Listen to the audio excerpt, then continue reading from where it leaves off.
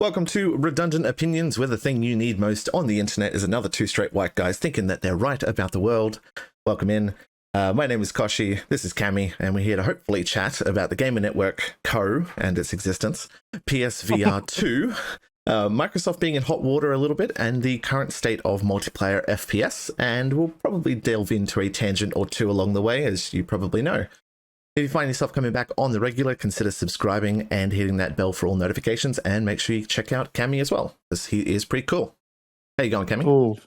I'm doing well, mate. It's been a week. Been a hell of a week in the world of gaming and in the world of, gaming, like life outside of gaming too. It's been, I don't know, man. It's just been busy. I feel like everyone is just frantic at the moment. A lot of people at my work were saying that the blood moon that we got, like, threw them off. And I'm like, okay. I wasn't going to put it on that, but fair. Like, if you're into that sort of thing, yeah, sure. I just didn't sleep much. So, Yeah, you're pumping out content. That's why. I need help. Okay, that's all. This is a cry for help, ladies and gentlemen. That's all I'll say. Just weapon reviews and content, and oh god, I need to make a shift, and oh please help me, God. Yeah, I know, right? Yeah, like 3 a.m. in the morning, like, oh, I have work in 6 hours. Cool. This is gonna be a good time. So yeah, And it's not exactly like you can go from content brain to sleep brain. Like you can't. Sometimes if you're super exhausted, obviously you can. Oh, like I sometimes do it where I used to like stream and it's like, and then I would just 7 seconds and I was asleep because I was that tired. Yeah. But yeah, when you're thinking about content, I remember like setting this up, like setting up a podcast and setting up video ideas. And I woke up at 3 a.m. and I'm like, that's a really good name. And then I write that down. And I'm like, this would be a cool thing. And then I'm like, well, now I'm awake. What do I do next? Exactly. It's the problem. Like I run into a very similar situation. Like I'll be editing a video. It's like, 2 in the morning and I hit render, like, and finally relax. Then I hit upload and then I'm like, cool. Now I've got to sit there and just keep refreshing the stats for the next half an hour. Like, how's it doing? How's it doing? How's it doing? Like, I need a YouTube algorithm. Please give me the goody good chemical. Like, stuff like that. Tell me I did good. Tell me I did good. So yeah, it's for me, it's impossible to switch off. So like, I'll get a video out and I'm like, cool, bedtime. And then I'm not asleep for like another half an hour at least. So yeah, it's the double-edged sword of content creation, I think.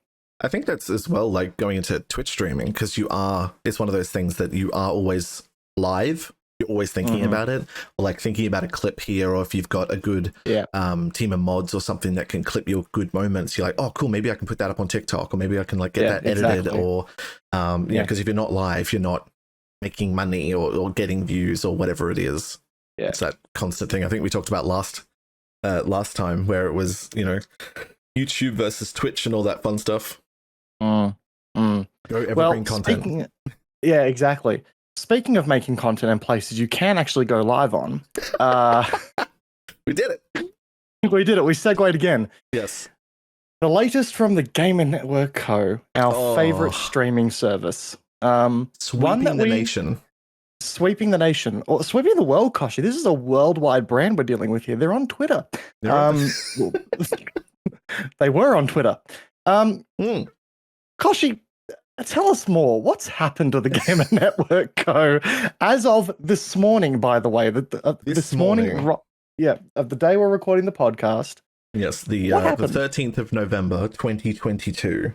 Stellar announcements, unfounded. No one was looking for this.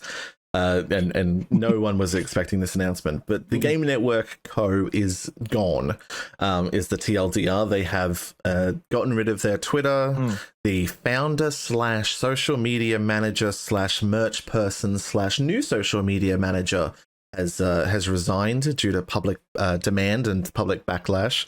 The Twitter accounts have gone either kaput or their accounts don't exist anymore. And just generally tried to fade back into the ether of the internet without doing things. But there is a lead up to this. There are many events that have happened over the last 2 weeks since we've covered it previously that have been very, very interesting. I tell you, the popcorn eating has never felt so good. watching this go down. And I remember I said in the last podcast that I would really like for these guys to prove me wrong, and for there to actually be a platform worth talking about. No, they clearly didn't take that on board and decided to do everything in the other direction. And here we are today. So, yeah, what a time! What a time to be alive. Yeah. So in the last 2 weeks, we've had what? We've had them announce a merch store for their product that didn't exist. And I want to make this really clear. And I'm only making this clear because in one of their responses to a tweet that I put out about them, they said, "Who said we didn't have money?" And the very tagline that they used to sell this merch to people was, "This is the stuff that we will sell so that we can give you the features you want." Yeah. I was like, yeah, that's coming from a company that has money. Anyway, sorry. Many money, of course. So they were selling 50,000 limited edition. Now, I don't know what your definition of the word limited is, but 50,000, like that's a city. That's a town. Yeah. Above my desk, I've got a limited edition Top Gear poster signed by the original 3. 1 in 500. That's limited, my guy. That's limited.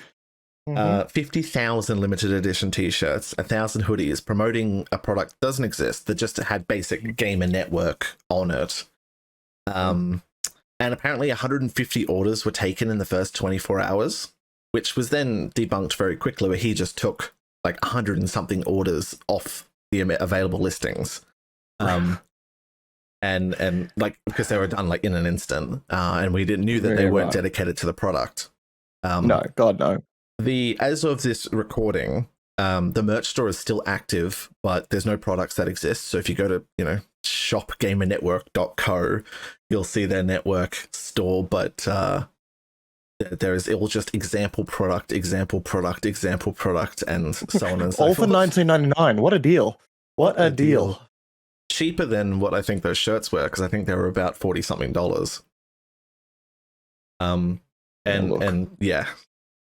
Now there's apparently PayPal is meant to reach out to anyone that had bought a shirt to get them refunded, but he was also I say he because there was a social media manager that was there that's been there for 4 weeks, who was really like what we were doing in the last show, saying, blocking people for criticism, responding with memes, basically being stupid.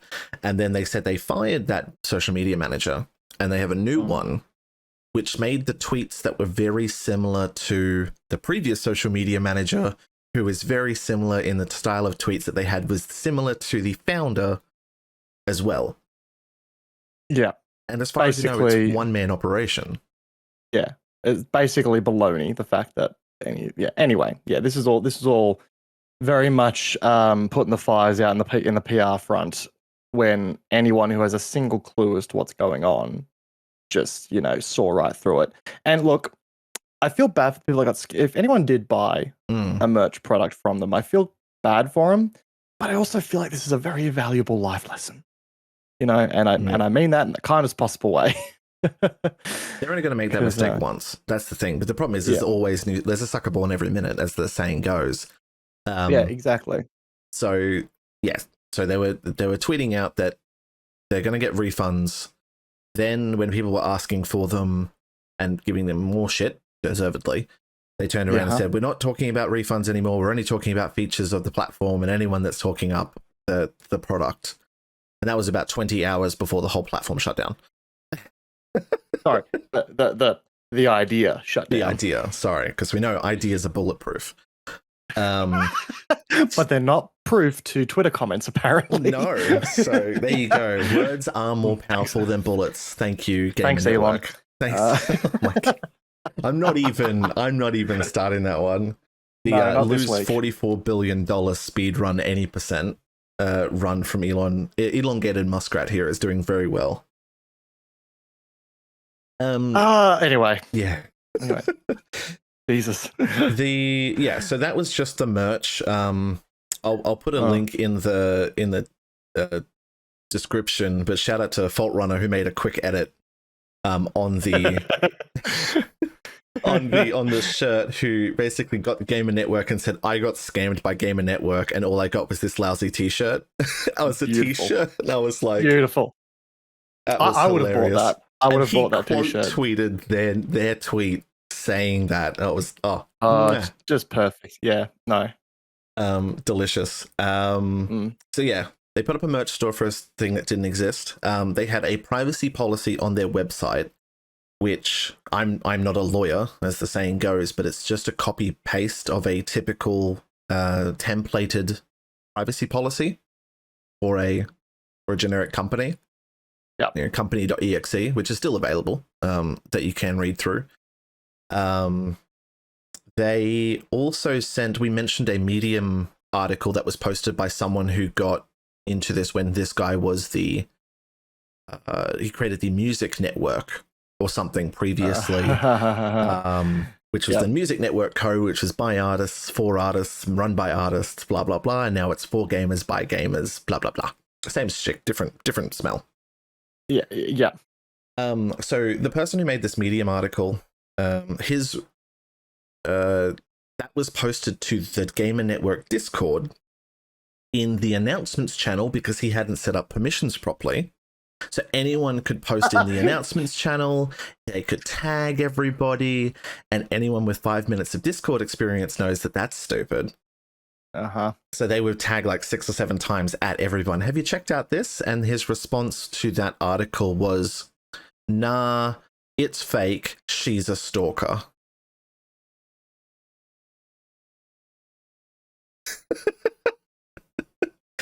It's like screen caps, like, I don't know, artist people. Cardi B put up stuff about this person. It really just proves that man children can run companies nowadays. And my brother in more proof. Yeah. Like, it's just silly. And like, when you've got like, I feel like if you were gonna be a scummy shitbag and, you know, try and scam people out of money on different mediums, surely you would change your name at least a little bit more per attempt. Yeah. Right? Music Network Co., the Gamer Network Co. What's coming next? The Automobile Network Co. You know, races for races. We're gonna anyone that wants to be a race car driver. Yeah. Don't forget the D&D Network Co. D&D Network, yes. The YouTuber Network Co. Wait, hang on. That's a market that will most certainly, you know, make your videos pop. You know, we'll get you in touch with content creators and stuff. Oh Christ! Yeah, they'll make the new YouTube next. It's clearly the new Twitch failed. New YouTube is clearly where it's at. That's it. Because we all know that YouTube is siphoning money and struggling big time. So, you know. Yeah. Jesus. So what else did they do? So they deleted after all of those posts, they deleted their Discord, which is essentially liquidating a third of their company because it was just a Discord channel, a Twitter handle, and a website, a WordPress site. So it's basically the equivalent of firing a third of your staff as a single owner. And now the Twitter's gone. The founder resigned due to public demand. Which sounds like everyone in the company. And then, like, I can only imagine that the announcement of the Shop Gamer Network Co. was probably just a Fiverr artists, you know, small commission, and that was it, probably. Yeah. It's look, I'm glad it's gone because this reeked of too good to be true from the get-go. And, you know, you don't shut down a Twitter account just overnight on a healthy product. So, nope. So it takes like usually about 9 days before the leader of a company goes bust, I think. Yeah. Maybe. Well, I mean, look, maybe it has been 9 days that, you know, in the background, you know, old mate's just been struggling. But look, just don't try to scam people out of their money. It's not going to work. I'm willing to bet that this was very much like a, you know, let's hype up a platform, set up a merch store, sell some stuff that's generic and, you know, people would still want to buy even though there's no product yet, and then just close up shop afterwards. And clearly not enough people were keen on it. So, you know, because 50,000 of, I don't know how much they were, like $40 you said, that's a handsome amount of money. Like, yeah, it's around $200,000, I think, if my math is it's Sunday, okay? We don't do quick maths here. But yeah, it was very clear that the hype and sort of trying to use buzzwords that streamers wanted to hear after everything that's been going down lately. It was clearly being used as sort of a tactic to coerce people into spending money for that platform's sake. And look, I'm just glad people saw through it. I really am. It makes me proud. It makes me proud of the internet. For once we did something good. We did it, internet, collectively. We did it, internet. Yeah, and as you said, it sucks to the people that were scammed out of their money. For correction, in because I know someone's going to be there. $2 million for $40 for 50,000 t-shirts. Just watching your comments. Oh, there you go. I missed a zero. My apologies to me. Yeah. Yeah. Show me by buying the product. Yeah, prove it. Yeah. So yeah, anyway. This wonderful company founder has now gone underground. It's interesting though, because you can get rid of tweets and you can get rid of who you're replying to. You can't get rid of the likes for the posts that you made. And it's interesting going into somebody's likes and finding just the liking, a particular streaming cohort, let's say, on the regular. It puts a bad taste in your mouth. It's planting the seed, ladies and gentlemen. Planting the seed. Trying to plant some seeds, that's for sure. Yeah, look. Ironic that he was calling other people stalkers. Anyway. Yeah, exactly.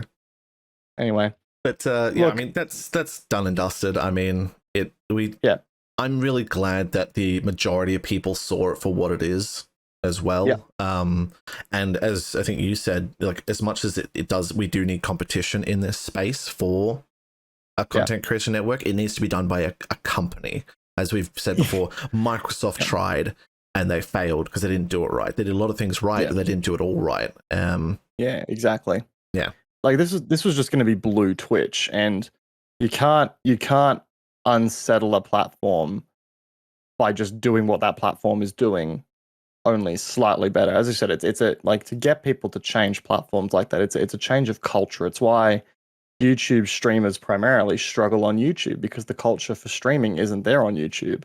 Sure, the platform's there and it's great for what it does, but the culture isn't. So, if you're going to convince people every day to, instead of typing into their web URL, twitch.tv, and then go to GamerNetworkCo, you've got to bring something significant to the table, and just, selling the idea to streamers that, you're going to make some money on here is just disingenuous from the get-go. So, yeah, I agree. The competition needs to come from a company. Obviously, YouTube's trying to bring it up. I mean, just this week, they released a new feature called Q&A on streams. Ooh. So now a streamer can start a Q&A session. People can enter. So if the chat is super busy, for example, people can enter a question into chat, and it goes into a separate chat room that the streamer has access to that just gives them the questions that people are asking. It's a really cool idea. Yeah, really cool idea.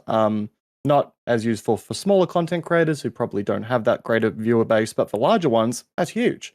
Yeah, because trying to sort through like 50,000 messages every second flowing through, on one of the big streamers would be, that trying to pick out a question, and then just people would just abuse the system by atting at the person every single time. Exactly. So yeah, to finally see a company but the point being, when you've got a company that's actively trying and has the groundwork to do so, while still having a confident enough platform to make it work even without that side of things succeeding, you've got to win there. So yeah, I'm just thinking about other options that we could have. I mean, as I said, Microsoft tried. We've got Google and Amazon.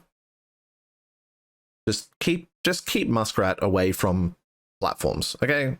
I don't want him buying up the new thing and destroying Twitter and then moving on to something else. I doubt he's going to do that, because I would like to think he's learned his lesson, but Google, like, for Google and Amazon are never going to sell to Musky Boy. That's never going to happen. No, mind you, but you're right though. As far as like room for competition as space is concerned. It's pretty limited at the moment. As you said, all the big boys have tried. Some have failed, some have succeeded. I guess I'm surprised Discord hasn't done anything yet. That would be an interesting one. Like if you had I mean, they've got like Discord servers where you can stream, but there's no monetization attached to it, which, let's be real, Discord could probably use it. They got Nitro.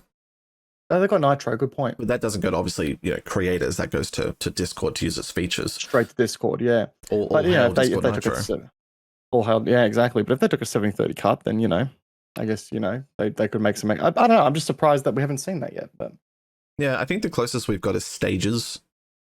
Like, that was probably the latest feature that was for kind of content creators in those spaces, was you could do stages and do that kind of stuff. So I think that really worked with like movie nights, for example. Like I know some Discord friends that, they'll do a monthly movie night with their subs or their, their members and watch a movie together. And no one really talks. It's a great idea. Yeah, it's awesome. And musical sing-alongs or karaoke and things. I think they added the activities section in Discord now. They've got a watch together activity, but for YouTube. Yeah, so you can add in YouTube videos, and everyone can just add into the queue, which is really, really good. Yeah, no, but yeah, in the streaming space, it's all a bit stagnant at the moment as far as platforms coming to fruition. I know Trovo's out there playing in the Sunfields, but that's about it. Yeah, and I don't really know where Trovo is getting its money from. Is it Tencent? I think it is. Yeah, I think it's a Tencent. Yeah, it is. Yeah, Trovo, Chinese video game live streaming service owned by Tencent. I was right. Good brand. Yeah, well, good brain. Being Tencent, that doesn't surprise me. These guys have got massive, massive money. Yeah, exactly. But it is very much just green Twitch.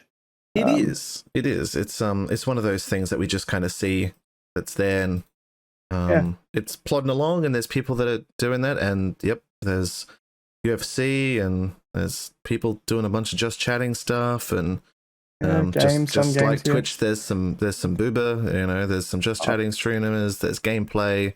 I've just spotted a foot. For free? Content, finally. This economy? Anyway, yeah, no, green Twitch is doing its thing, and blue Twitch is dead. And that's it. Like, it has to be that level. You have to be a Tencent. You have to be a Microsoft. You have to be Amazon, Google. I'd have to go look at some other top 10 companies. Maybe some other things in the gaming space. Apple. Why hasn't Apple done something? Because they don't need to. That's why. That's true. They got their. I don't want to say sheep because I just bought a Pixel 7, so I'm in the Google sphere as much as possible. Okay. Yeah. And I want a Pixel Watch and all that stuff, but And I'm about to buy a new iPhone soon, so You're one of those. God damn it, mate! Every day I got the Apple Watch as well. Yep, that's it. And it's once you get into one of those ecosystems, it is hard to break out. You're stuck. Yeah, exactly. Yep. Yeah, because your iPhone and your iPad and your phone and your watch all sync up, and it all just works together easily. That's the point. Todd Howard, it just works. Exactly. It just works. Yeah, exactly. Anyway, yeah. Fun times. But okay. So speaking of things that, are delivering. Not GamerNetwork. Things that not GamerNetwork, things that aren't delivering. Yes. DreamHack. DreamHack. Coming to Melbourne next year. Yeah. Yeah. Aussie gamers rejoice. And we get it again too. It used to be that yearly convention, and it's now going to be in April instead of September. Because DreamHack happened this year, I should say, in September. But a lot of people who weren't in Melbourne were like, "Well, I'm not going to fly down to DreamHack because flights are so expensive right now. Fly home and then fly to PAX. They'll just go to PAX. Yeah. Not going to happen. Yeah, exactly." So it'll be interesting to see so we know DreamHack was in Melbourne, and we know PAX is around the same time of year. I don't know what the floor plan of last year's DreamHack looked like and who was repping there, but maybe it explains some of the absences we saw. Maybe. I don't know if any of the bigger brands that were missing at PAX attended DreamHack, but if that's true, then this is great. And yeah, as you said, being in April now, there's actually reason to go, I think, for a lot of people, because PAX has that brand name and DreamHack's sort of the more underground one, I guess. Yeah, good to see. It's good to see another brand coming to the party. it'll have that focus on those esport tournaments and major finals of Smash Bros or League of Legends or whatever that we have, and it kind of just separates out the PAX Australia side, because the esports is a fun part of PAX. But it is also just a part. But DreamHack, you can really focus on the hub of esports there. Yeah. Yeah, no, it's far from the focus at PAX. Like, PAX gets the ESL stage and that's it. That said, though, last PAX they had 2 stages. I think that was a record for them. So, but I think that was also part to do with the fact that just nothing else was there. But yeah. Anyway, no, it's good to see another event cropping up. I haven't looked into it too much yet, but there isn't that much available. It's kind of a carbon copy of the other DreamHacks in the different locations. But I think we'll get more information as we get into the new year, and we'll get will Counter-Strike announce an event, or Overwatch 2, for example. We've got Australian League up and running. Things like that will probably be a DreamHack to cover those events, and the tech leaders and stuff will probably be there as well. Yeah, exactly. There's things like they've got things like they've got streaming for content creators. They've got, as you said, esports. There'll obviously be booths in the expo there. There's the LAN, there's BYO computer, like a whole bunch of cool stuff. So it's good. It's good to see more coming to the ANZ space, because I think PAX has really proved that there is definitely a market here. And the crowds can be quite unique in Australia in terms of esports, though. When they can. IEM Sydney for the Counter-Strike event, and it was just, you go back and watch those videos and you can hear the casters and just the chanting from just 20 or whatever it was. I think it was 7,000 Australians just chanting "We hate Henry, he's a bloody wanker" in the background. Was just I call that culture, though. That's perfect. Yeah, that's perfect. Exactly why we love our great nation. Just sitting there drinking a beer, watching some Counter-Strike. It's good that it's been accepted, and I think that's one of the reasons we do have PAX Australia as well. Not only do we have industry figures here, but we have just that smaller fan base, but it's a dedicated fan base. Like like we're going to that stuff, and we're going to love every minute of it. Yeah, Australian gamers go hard, and we very much know how to enjoy our events and really get into the thick of things. So I'm very excited to see this. I'm currently working on funds availability to see if I can go or not. So that's the main thing, because it is expensive. It's like not just the tickets for it. I've got now I want to go to this, and then I want to go to New Zealand in July, and then for ExileCon, for Path of Exile, because I love my Path of Exile. Yep. And then PAX in October again, which should be. In theory. Probably something else, some other expo. Yep. There is another one, now that I mention it. I think it's called the Game Expo. And I know that sounds super generic. GamerNetwork, are you there? Yeah. It's the expo already created for a product that doesn't exist. The Game Expo. Here we are. That one will be in Docklands at the Melbourne Exhibition Centre in March. So interesting. March 11th to 12th next year. And this has got community competition, creativity, the esports complete competitions. It's like a mini PAX. Right. But no tickets yet. No, nothing as of yet. But we've got the ability to buy tickets. But that'll be interesting. October 4th, 2021. Interesting.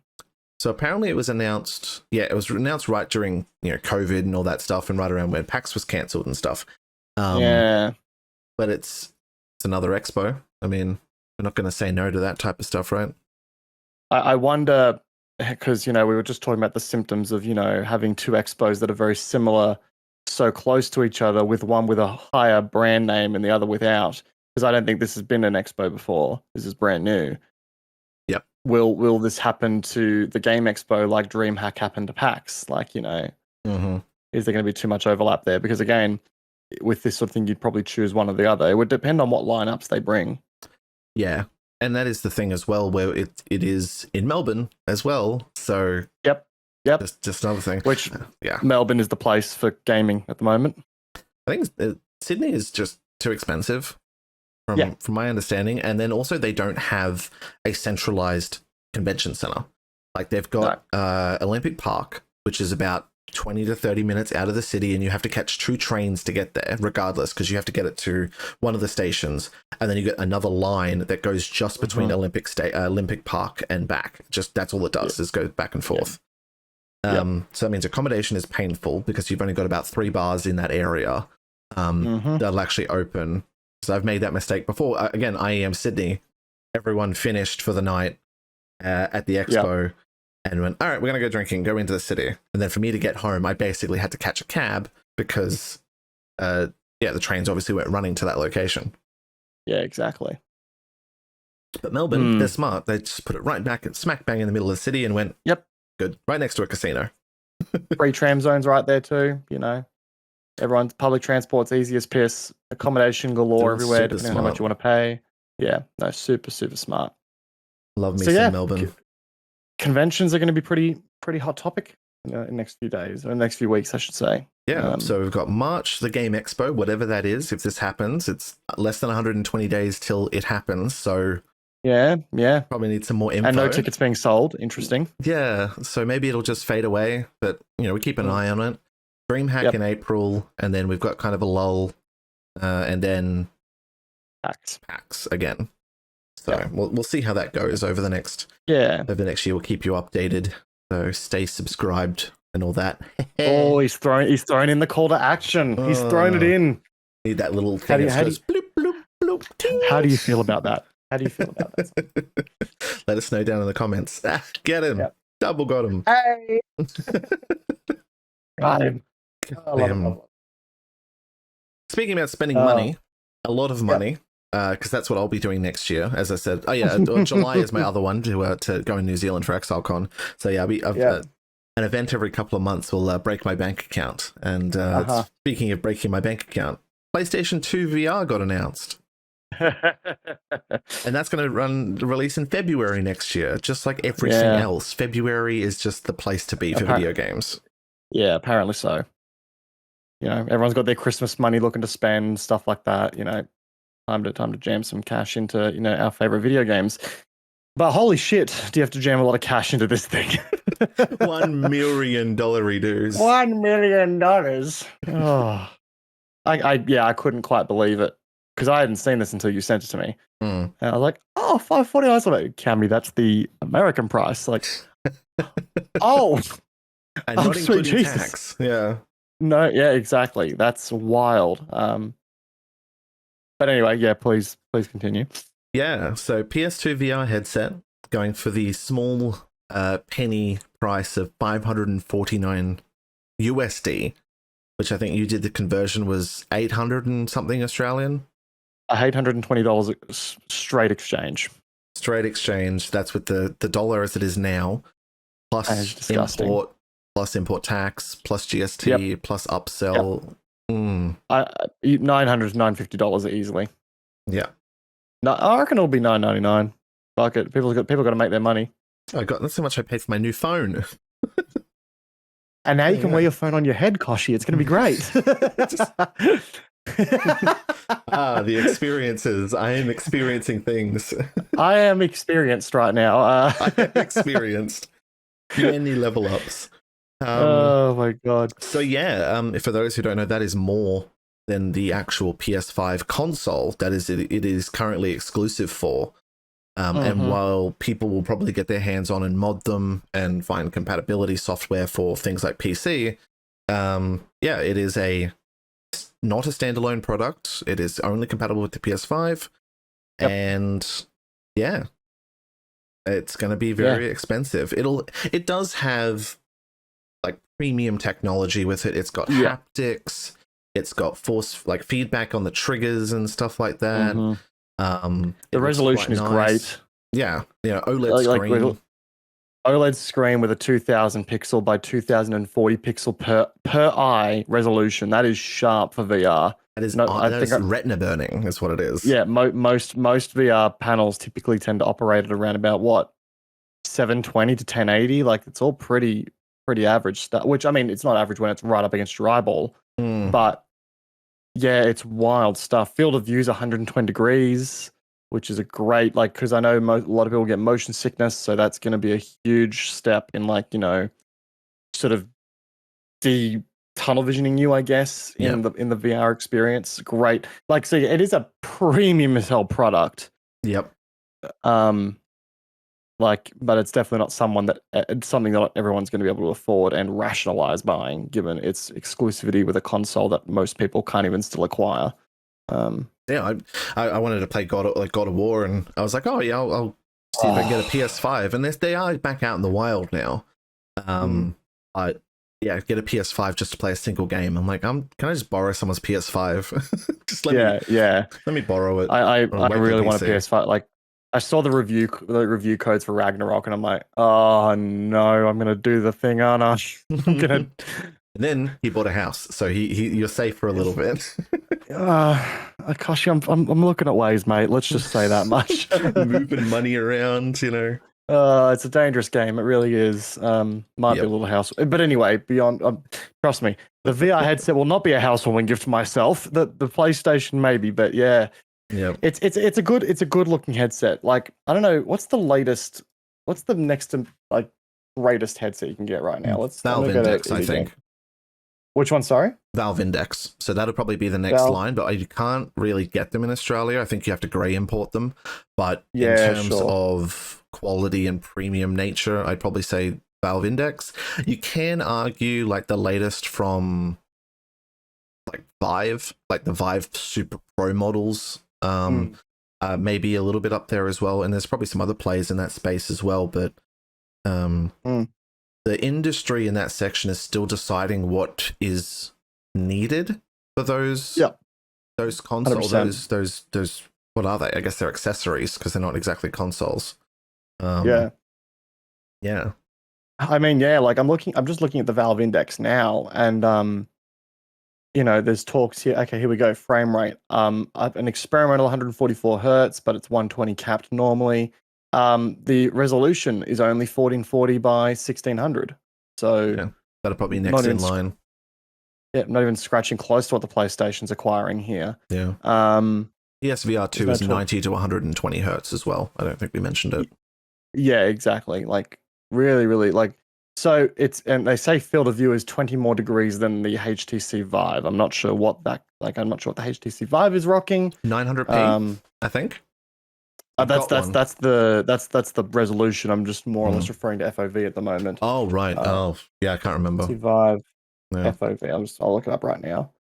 So they're around 90 degree FOV as well. So okay, so they're scratching the surface on the similar approximately 110 FOV. So yeah, they're battling sort of go to woe at the moment. I'm just going to hit purchase, and this might be dangerous. How much is it? Oh, it's not. There you go. Not available in my country. All right, it's not going to let me buy it. How heavy it is, though. That's the real question. Not the real Good question. Good point. Question. Yeah. Are you gonna have to build up a neck brace to use this thing? And just sit there and just have to do neck muscle exercises for 20 minutes. That's a very gifable image. Oh dear, yeah, that is a gifable image right there.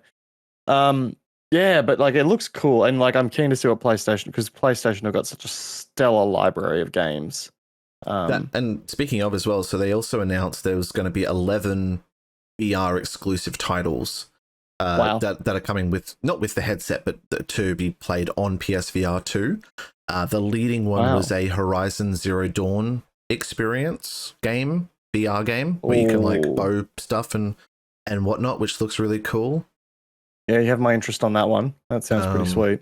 And there was something else. PSVR 1 games natively can't work on PSVR 2. So if you have any PSVR 1 games and not built for PSVR 2, or PSVR 2 isn't built for those games. So it would be up to the developers to actually patch and update those games to be re-released on PSVR 2.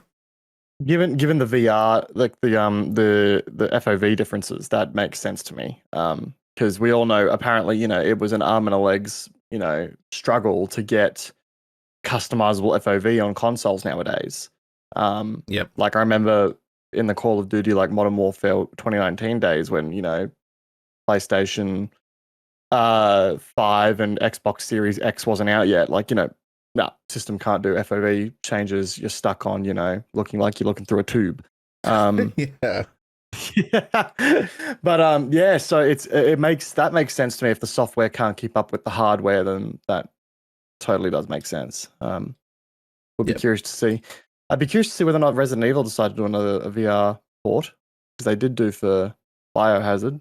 I'll have a look at some of the games. So we've got. Oh, is there a list somewhere? Is there? There is a list. I didn't chuck that in the thing. Let me put that through. But there is quite a number of games there. We've got Dark Pictures Switchback from Supermassive Games. So they've done. Oh, Dark Pictures, nice. Yeah, that's yeah, okay. What have they done in the past? They've done stuff that I know about. That's Until Dawn, I believe. That's that whole anthology of games. So that's story-driven, horror titles. That's them. Crossfire, which looks to be some kind of shooter. Yep. FPS. Got the Light Brigade, which looks to be some more horror-y type single-player roguelike. Interesting. Okay, roguelike in VR. City Skylines VR. That would be cool. What the hell? Okay, that has me interested. Enhanced Edition VR. I'm gonna hit play on this trailer real quick while I go through this, just so I've got it running in the background because I'm kind of curious about that. While you're looking at that, we've got various other interesting games. We'll put all the links in the doobly-doo. But various stuff. There is a Jurassic Park title apparently. Pistol Whip, which is amazing. If you haven't played Pistol Whip, or if you haven't got a VR headset or you have a chance to check it out, Pistol Whip is great. Yeah. Got Zenith, which is like a new looks like just a VR experimental build, which is great. Yeah. After the Fall, which is a post-apocalyptic game in LA. Okay, interesting. Tentacular, which sounds like it belongs on a different platform, but anyway.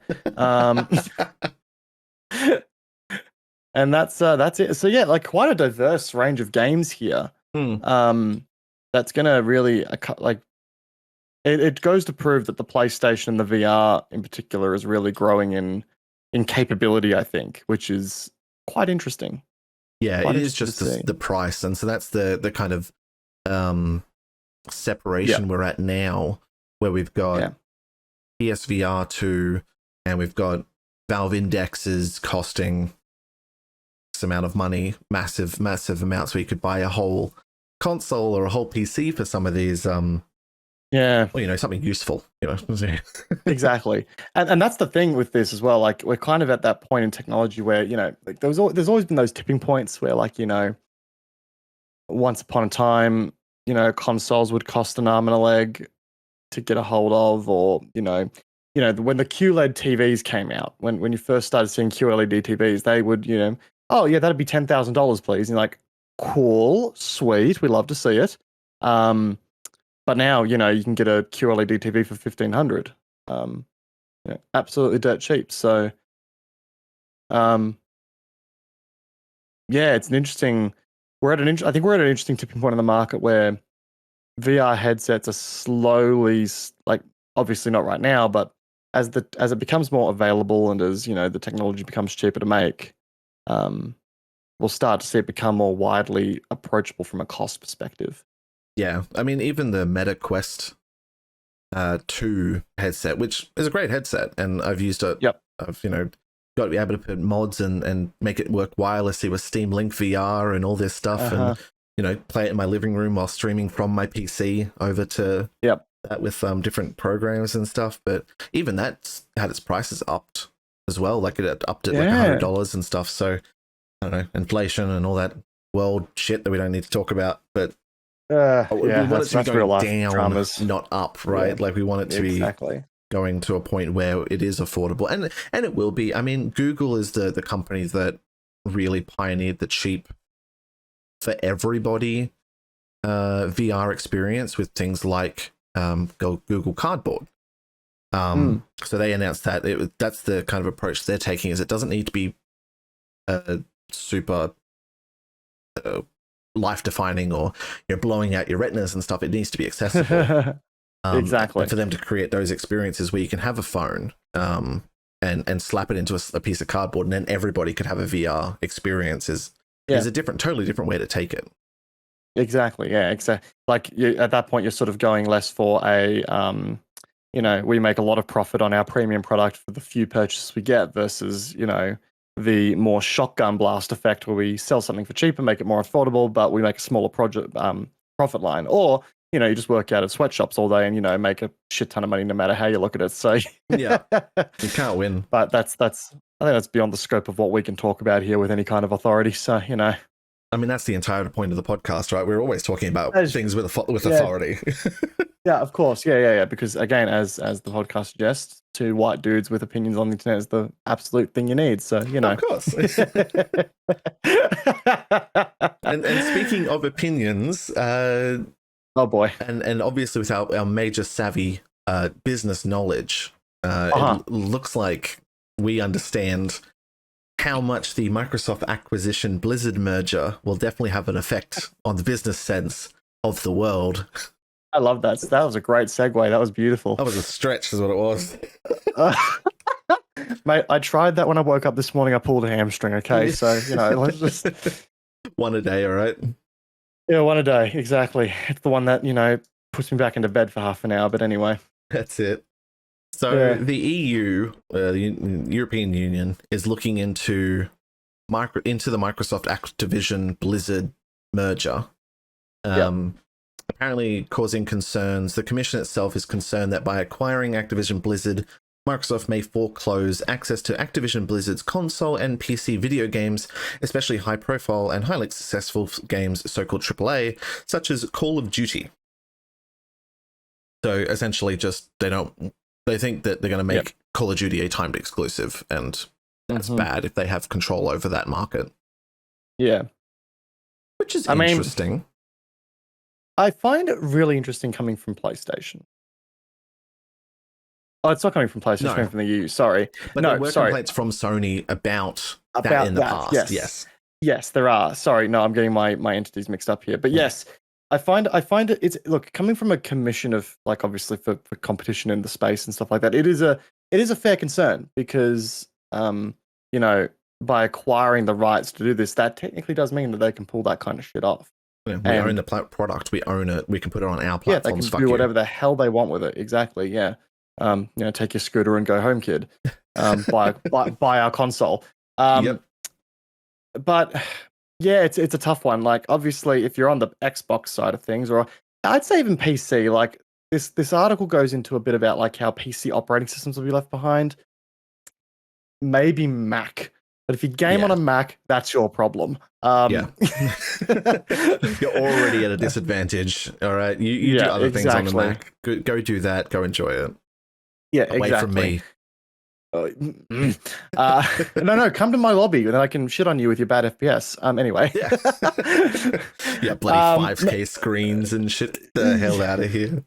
Oh, bloody hell. Anyway, so the whole concern about PC operating that happened. Like, Windows, most gamers have Windows anyway. If you're gaming, you're probably on the Windows system unless you're going to be quirky and run on Linux. But it's clear that Microsoft is not going to leave behind their PC interface because, that's theirs as well. It would be silly as such to do so. I guess, like, from the perspective of the play, like, against other consoles, it's a fair concern. What are your thoughts? It's difficult, right? Like, I don't think it's going to have too much of an effect because those types of games, I think they're only shooting themselves in the foot if they were to go down the exclusivity path. So things like single player experiences, maybe not so much, because you can actually make more money by exploiting customers and releasing on multiple consoles. We've seen this in GTA, Final Fantasy, Persona, Monster Hunter, Red Dead Redemption, again, Rockstar, good job. But these titles, they're released on a console first. I think they released it on PS3, then released on PS4. Now they're released on PS5. Then they brought it to PC. Then they can just wait 6 to 8 months, and people will they want to play it now, so they'll buy it on the subpar experience for them, Mm. and then they'll buy it again and get those repeat customers. Just printing fucking money, exactly. Yeah, and GTA's, I think, and is probably a really good example of that. So I don't see them pushing that exclusivity, but it is understandable why they'd look into it, because they do have that opportunity to do that. Yeah. It's funny because I used to work at a store that sold video game consoles and video games and stuff like that, and often you'd see, you know, what the cost of the console was versus what the store got it for, how much the company that was selling the console to the store was selling it for. I can tell you right now with confidence, video game companies do not make money off their hardware. There's a reason that the PS5, and this is going to sound really ironic, is so cheap for what it can do, right? Like, there are very few gaming PCs out there that I know that can confidently do ray tracing at 30 frames a second with a 4K screen. It's like, you show me a PC for 750 Australian dollars that can do that, and I will kindly shut up and not talk about it again. But until then, there is no such thing as a $750 gaming PC that will do 4K 30 with ray tracing turned on. It just isn't possible. Yeah. Or it is one of those things where, oh, we just found this for like $10 and then we fixed it, and oh, look, I can totally do that. You're like, come on, exactly. man. Yeah, no. Maybe some X mining cards that will run for 2 months and then melt into a puddle of slag. And have been on fire before. Yeah, exactly. Yeah, and that's the thing, is I used to be, I mean, PC for me is the premier platform, and it always has been. But consoles have their area. They do one thing and they do it well, and they've been expanding out into other things like movies and streaming services, and PS5 or whatever, PS4 having a Blu-ray player in for people who don't want to buy a Blu-ray player, and I don't have a Blu-ray player here, you know, like no, like, and that's something I'm like, for my new place, I'm thinking, do I get a PS5 with a 4K Blu-ray player, or do I go and shell out $500 for another 4K Blu-ray player? It doesn't make any sense. So but like, it's clear that, you know, the game, like the point is that game companies do not make money off their consoles, right? They make it off the games that they sell. Now, obviously, part of the portion of that goes to, you know, the actual developer that they're working under, if they're a third party. But at the end of the day, the money that is made from the gaming business is not in the hardware for game console companies, it's for the games themselves. So you only get one sale from the console. Exactly. And even at that, your profit margin on it is minuscule. So the point being, if you were to start making your game consoles, like your games that you're acquiring in this way, exclusive, you cut out a massive market share. I don't actually know what the market share is for Sony versus Microsoft right now, but I can imagine Sony still carries probably a considerable advantage. They have done, I think, recently. For the latest version of consoles, I would expect as much, and I think everyone owns a Switch, so everyone gets trounced by Nintendo anyway. Exactly, because Nintendo's so unique, right? No one else does it.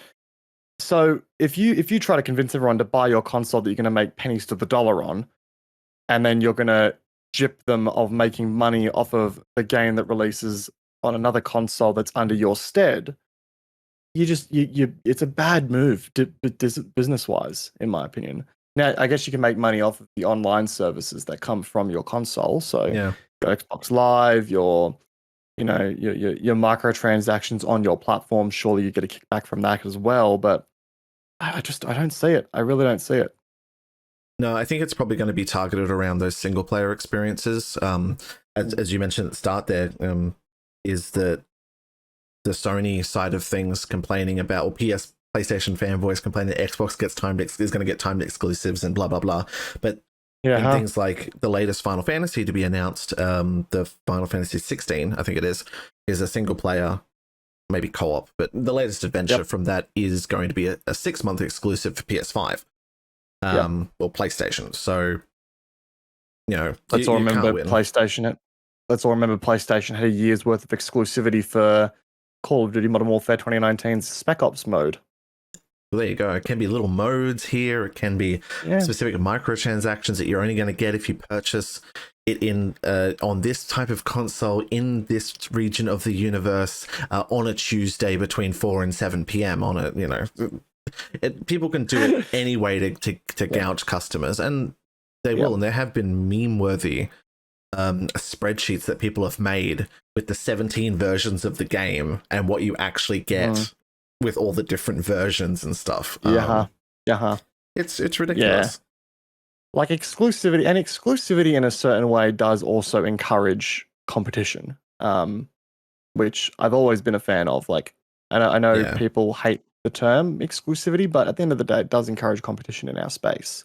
Back in the golden ages of the kind of console wars, let's say, you had the sellers. Halo, for example, was a console seller. When Halo 3 came out, it sold consoles. Halo 2 or what, those types of games, and there was that battle between Infamous on the PlayStation and Prototype on the Xbox, and all of that type of stuff. Killzone on the PlayStation was kind of trying to rival Gran Turismo versus Forza. Gran Turismo versus Forza. There was that constant battle, and there was a reason to. Not reason, but there was a kind of reason to say no, Xbox is better, no, PlayStation is better. PlayStation's so expensive. I remember PlayStation 3s being $1,000 at launch. Like there was those console wars, and now everyone's like, well, I guess, like, I'm just gonna play Fortnite. All right, I can do that on my phone. All right. And it encourages competition in the developers, because if the developers don't make a game worthy of selling a console, then the console ain't going to get sold. So launch titles, when they like announce the console, and they'd be like, oh cool, Forza, we know Forza's coming with the new Xbox. Like, that's just what it does, and it does that stuff well to show off those new graphic engines and such. But now not so much. I don't think. I guess God of War is going to sell a lot of PlayStation 5s. That's definitely a console seller nowadays. Yeah, I've already seen people on Twitter just like have their PS5 strapped to the chair, being like, don't talk to me or my son ever again, and it's like a PS5 God of War thing. I would like when I go get mine, I'm planning on strapping it into the seat, but my car has so if I don't do that, my car has a reading that tells me if something heavy's in the passenger seat and not strapped in, it starts yelling at me. So got to strap it in. It's safety, boys. The car told me. The car told me to. Yeah, exactly.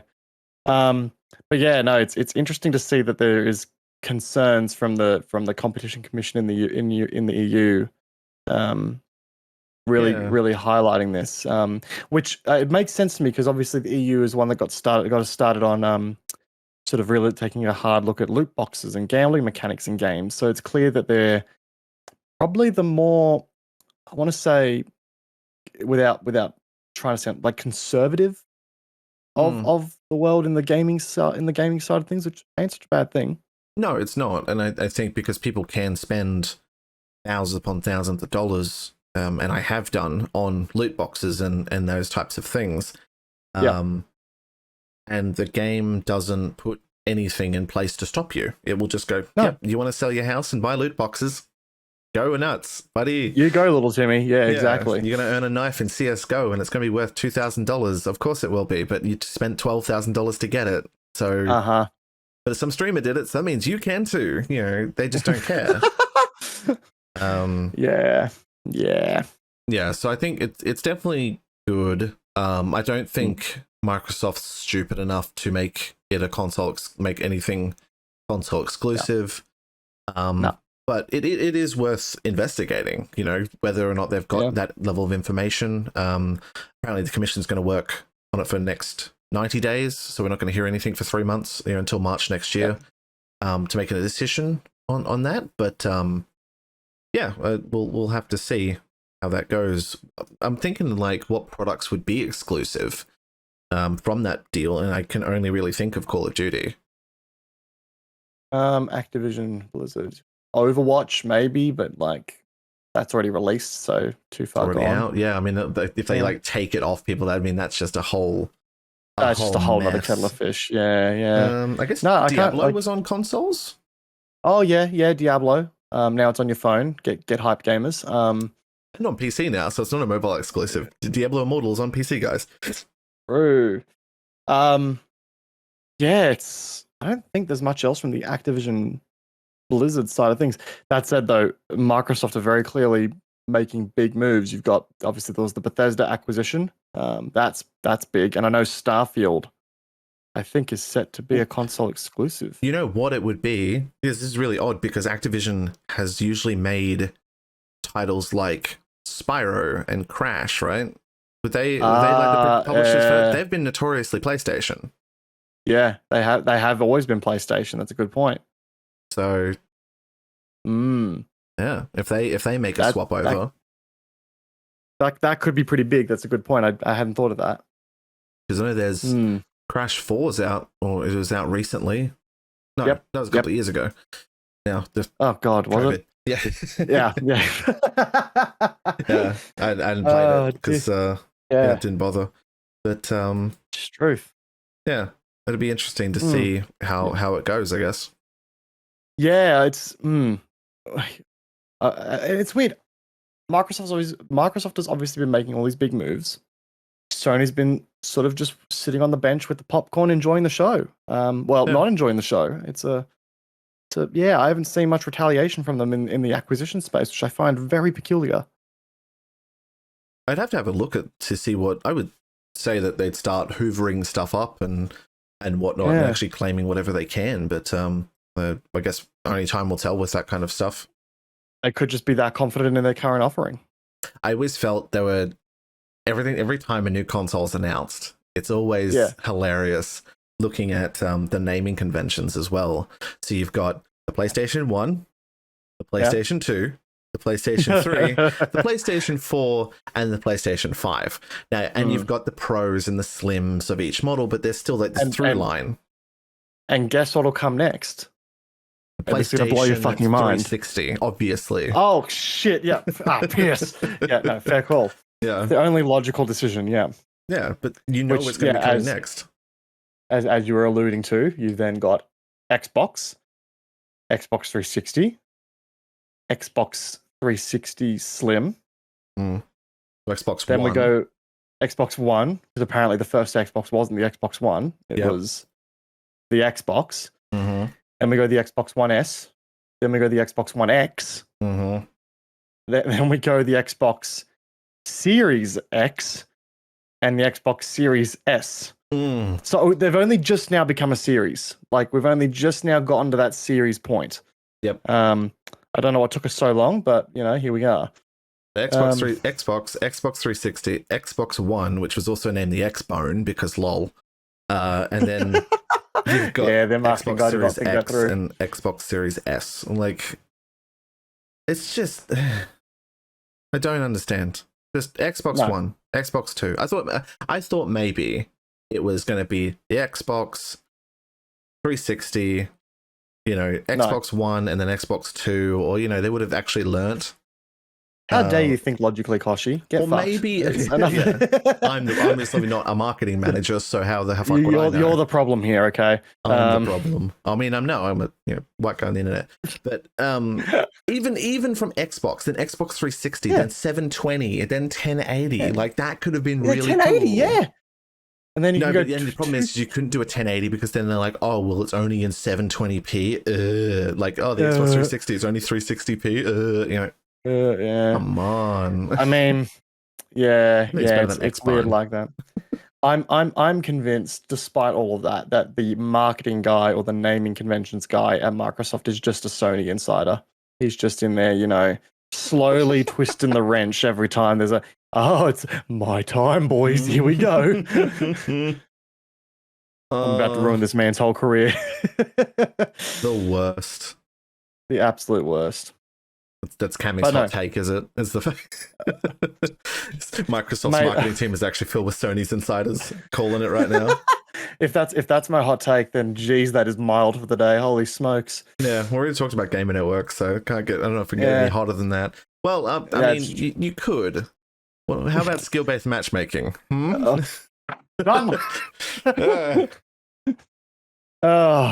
guess we were going to talk about the realms of multiplayer first-person shooter games, weren't we? Yeah, we'll try and dive into it, I think.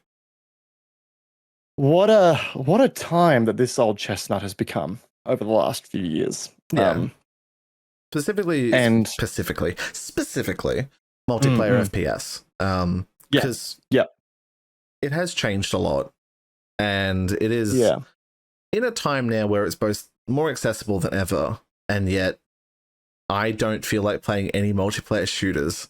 This is obviously pre Modern Warfare 2 coming out. Because we're hooked on that and I need help.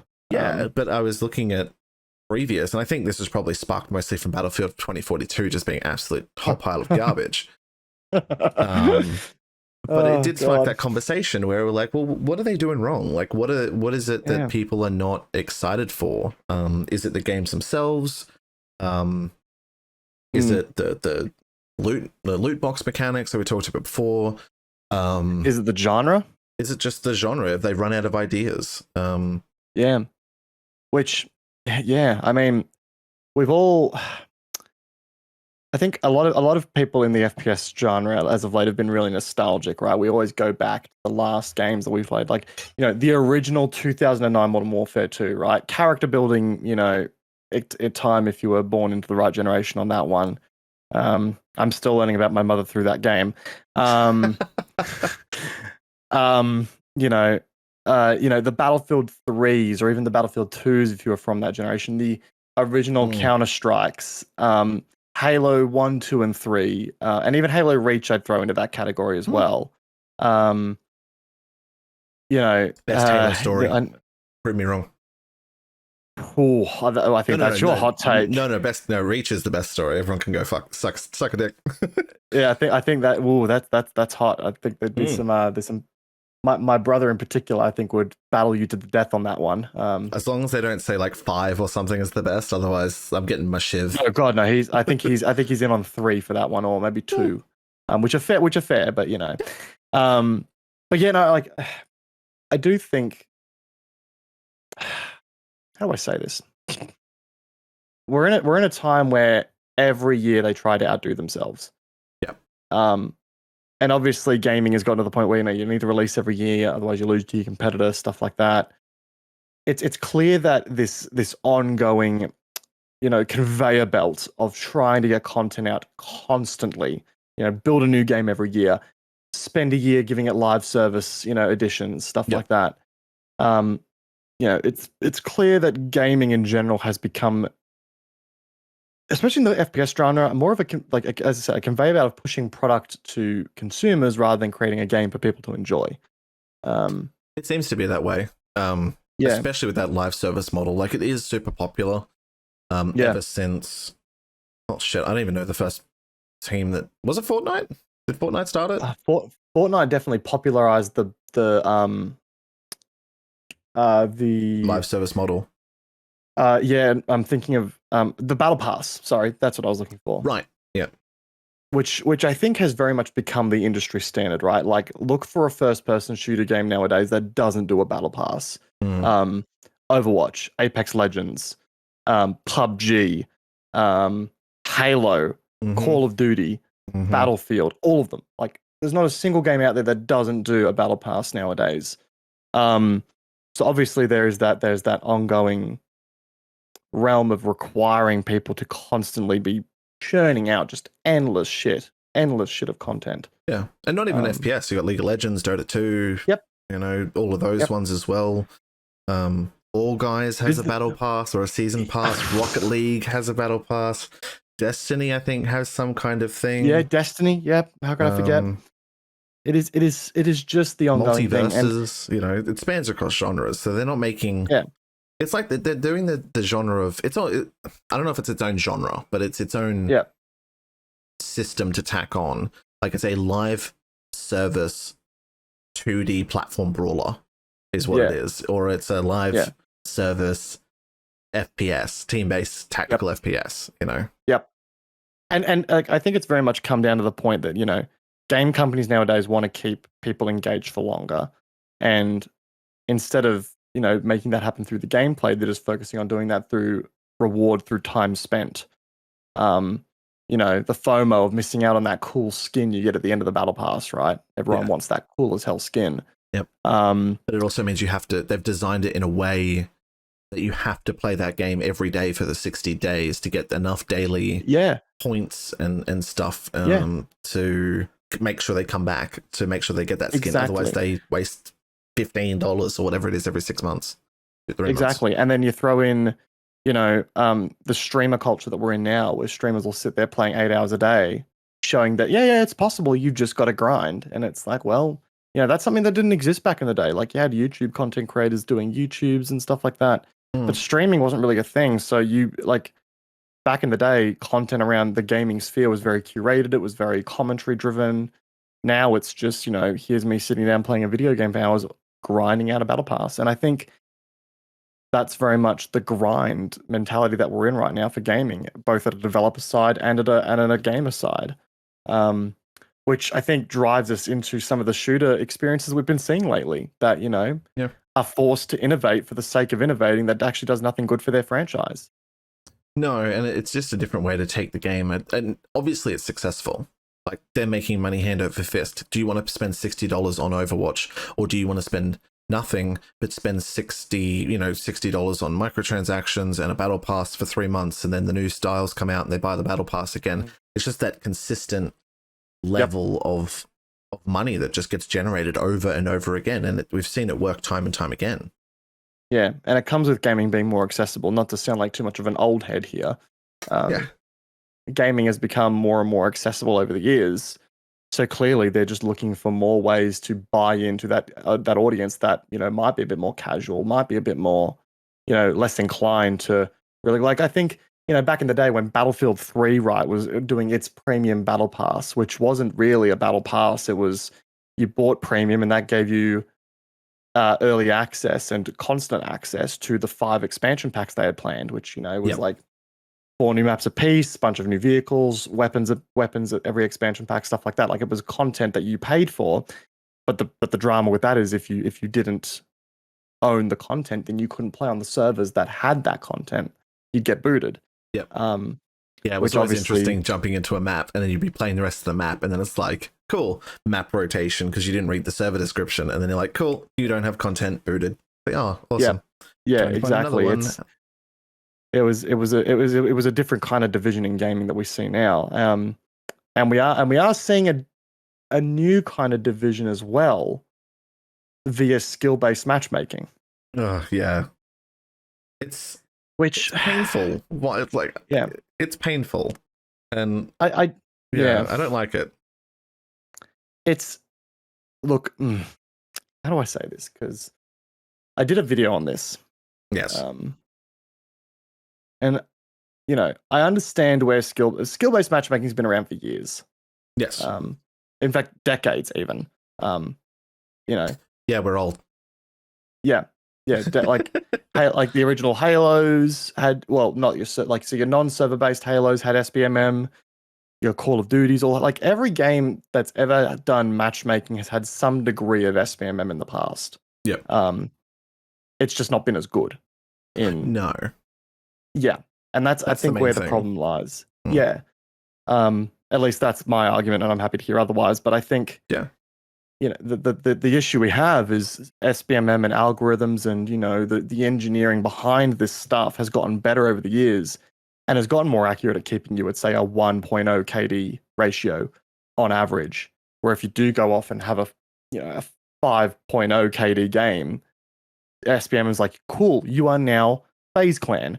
You are now going to verse quick scoping assholes that can beam you from the skybox. It's like, well, yeah, and what it does is it definitely keeps lesser skilled players safe, but it also just means that you have to sweat your nuts off every time you play a game. You can't have, I want to play casual mode, and I don't want to play sweat mode. I mean, there are casual and competitive ranks, like game modes in most of those games that we're talking about, Valorant and COD and things like that. But and even just Apex and Battle Royales, they've got like the just standard mode, and then they've got ranked mode. Where they put into those ones, but even those ones, they have hidden skill-based matchmaking. Yeah, hidden SBMM that you cannot see. You don't know where you're going on it.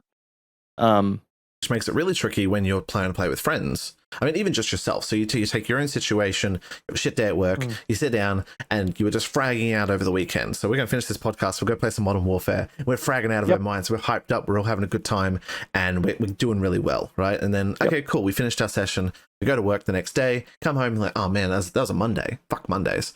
Fuck Mondays, sit down, and you just want to have some casual gaming, and then you run for 6 seconds and die, and you run for 3 seconds and die, and every engagement you just get absolutely beamed. And you sit there and you're like, right, so now I've got to do that to then get my matchmaking reverse boost down to then get back on the level that you had. And it evens out eventually, but it doesn't feel good to get constantly pub stomped. Like you're not learning anything. Yeah, and this is where I'm sympathetic as well to the fact that skill-based matchmaking exists, because for the other side of the coin, for those who are just, the casual dads that, have, 2 children and, can only play 1 hour a week, they don't want to get pub stomped either. So, like, obviously there needs to be some degree of disparity there, but when you have everyone, when your game is die hard trying to keep everyone at a constant 1.0, there's no visual sign of improvement. There's no visual sign of you're getting better at this game. No. There's no trend upwards. It's these weird plateaus that just sort of go. It looks like you release a YouTube video and then you see someone's unsubscribed and subscribed and subscribed. Like it just plateaus all over the place. You know the graph I'm talking about. Yeah. All praise to the algorithm. All place, well, not this algorithm. This algorithm can go fuck itself. No, that's a good point. Yeah. Just tell me something, please. I need the validation. That's all I want. Exactly.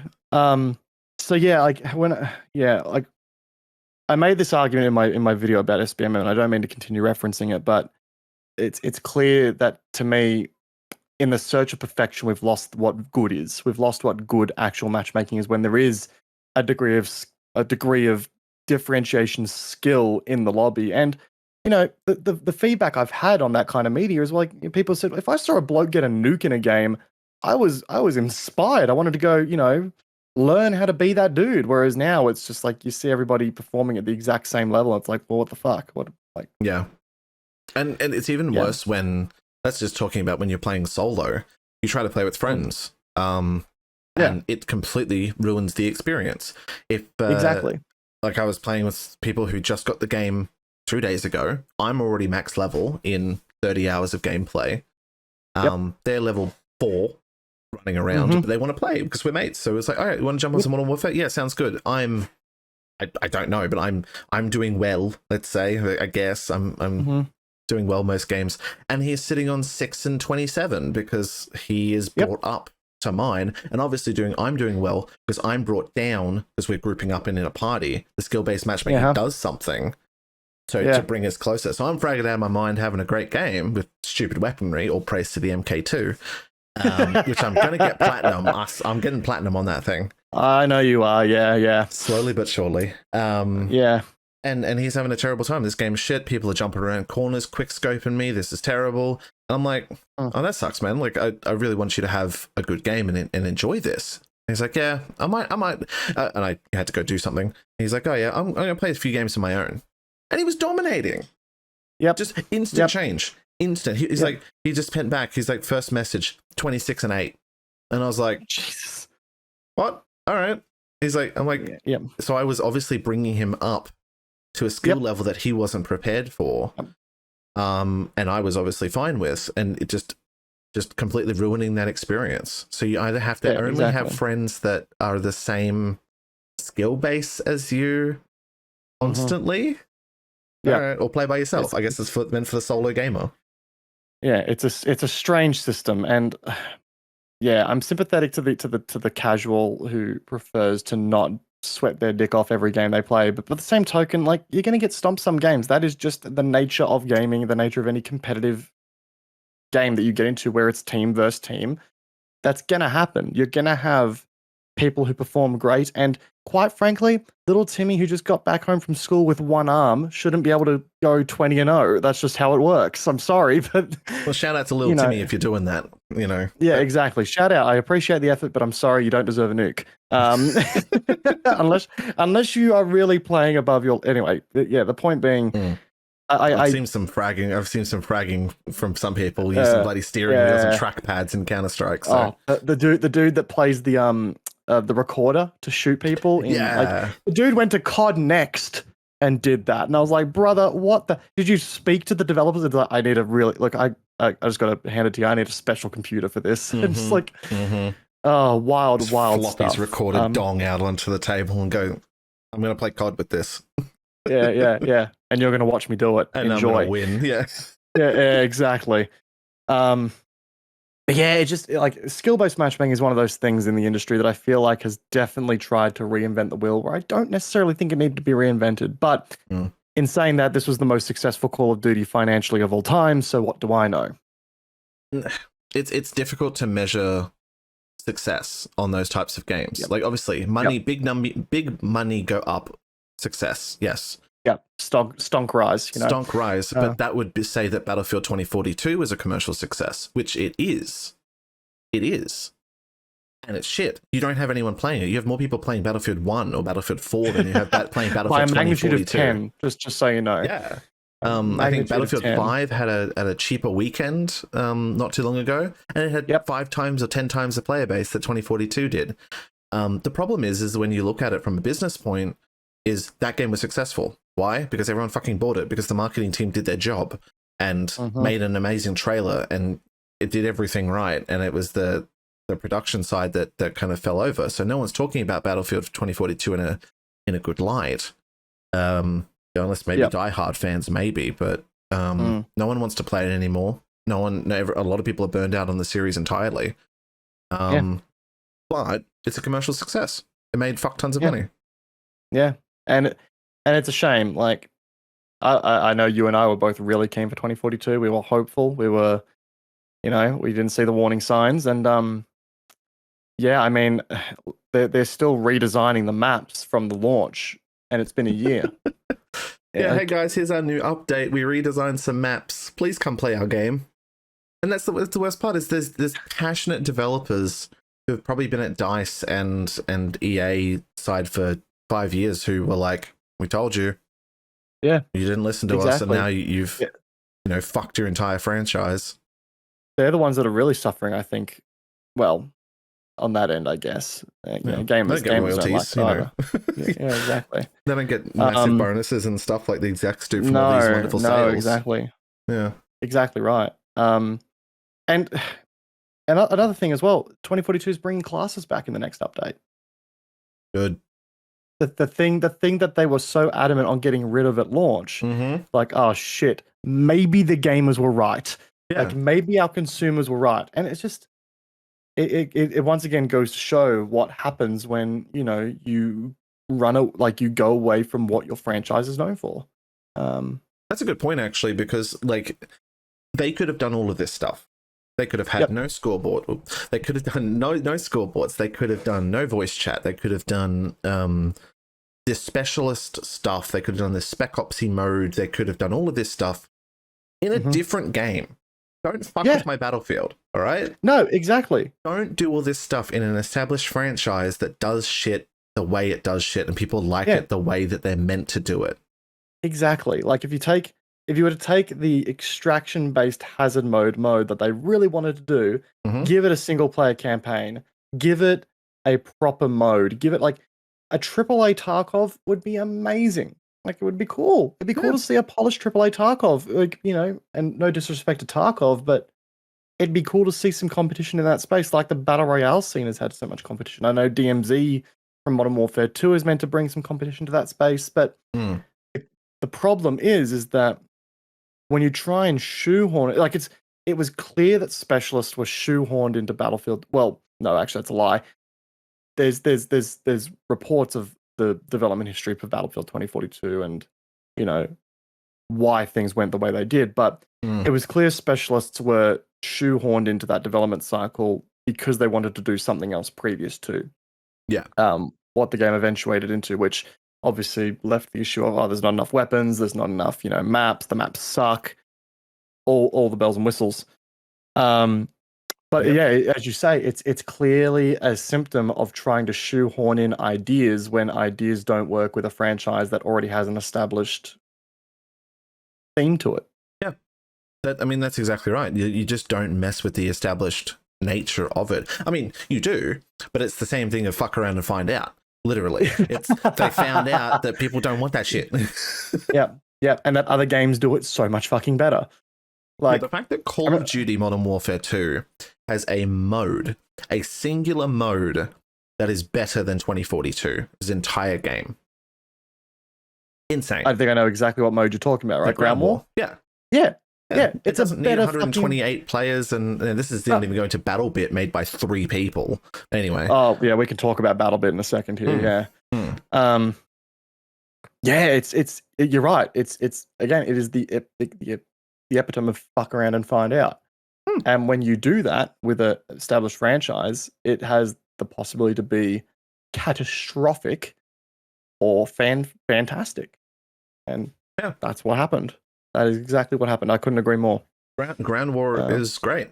I had a lot of fun with it because the good thing about Ground War as well, maybe this is let's chat about SBMM as well, but it doesn't feel as bad. So no. SBMM can be implemented well if the maps are big enough and the game size is big enough. And you've got 6v6. Yeah, it's really noticeable when people are bad. But if we play Ground War, you can play as a team. You can spawn off your mates. You can jump in a tank. You can be a sniper. You can be a spotter. You know, no classes or anything. You just all running around. But the skill-based matchmaking isn't as noticeable because, you know, maybe it's separate. I don't know how it works. I don't know if your main multiplayer is MMR is different from your skill-based MMR. But me and my mate who were playing he had a terrible time playing MP, and it's like, can we just do Ground War and just try that out? Maybe we'll take over some points and place do that. Had a great time. Got sniped, occasionally by people who are just absolute gods on a water tower somewhere, but we had a really, really good time. So maybe it's the balance of map size and team size there. Yeah, exactly. And like, you know, we've got a point here as well, just to loop back a bit, you know. Once upon a time, there was no such thing as matchmaking. Server joining was the thing. I mean, on the latest Battlefield 3, 4, you know, all those games that were never match made, they were server joining. And yeah, you'd have guys that would dominate the lobby in a jet and you would be able to kill and you wanted to strangle them with their intestines. But it was still a great time. Like, you know, you managed, and when you took that player out, the feeling, it was great. It was like, it was a success. Like, you felt good. And I feel like when gamers are robbed of that ability to triumph the boss, like the boss battle of there being a god tier player on the enemy team that you run across from time to time, it's like, well, shit, you know. Yeah, and you recognize people if you're jumping in the same server. One game that's done this really well recently is Hell Let Loose, which is a World War II shooter. I'd say arguably hardcore in terms of its tactical modes and skill and class matching and all that stuff, but it's mainly centered around squad gameplay. But you recognize people. You recognize the people that jump in, and because there's less servers, you just notice people over the course of a time of playing it. You'll go, well, you want to stay away from him, or you really want to jump in a squad with that guy because he knows how to squad lead. He will tell you where to go and what to do and why this matters.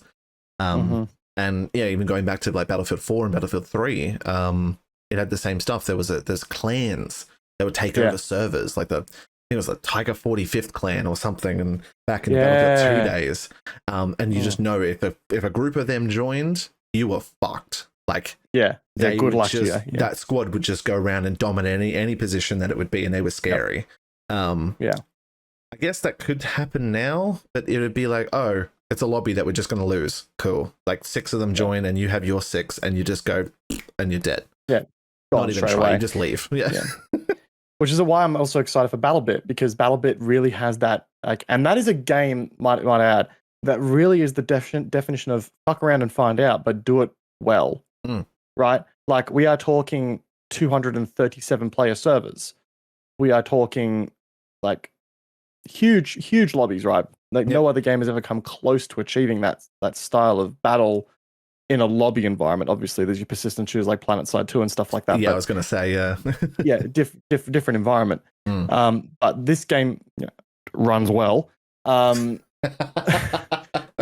unlike the aforementioned sometimes. I love PlanetSide too, but Jesus, when I've got an AMD 5900X and a bloody 3080 in it, and it still runs like ass from time to time. And it chugs at 1440. It's like, I think there's some issues here. Yeah, exactly. 10-year-old engine it makes sense. But anyway, the point being, BattleBit is a game that has taken the innovations that it wants to do, but it has worked out how to make the gameplay work with those innovations. Cool. Bigger map sizes. Yes. Like core gunplay, beautiful stuff. The map flow, great. They've focused on providing meaningful cover that can be destroyed in some places, others in not, to create evolving choke points that still, require some tactical thought. BattleBit is a game I'm a huge fan of because it strips away from being flashy and focuses very much on making innovations that work. And that is a key epitome of success, I feel. And it's made by 3 people. 3, yeah. 3. And fucking its 3. play tests have had 20,000 people jump in. And obviously being independent gives them some ability to be more transparent when it comes to things. So their blog post that came out, I think a month or two ago, literally detailed their financial position and said, hey, we've got about $15,000 to $20,000 from Patreon. We have full-time jobs. One of the guys quit the job so that he can take $500 out of that so he can spend on rent and food for that month so that he can focus on the game 100%. This is how much servers cost. This is how much we're going to need per month to get to that point. And everyone's like, fuck yeah.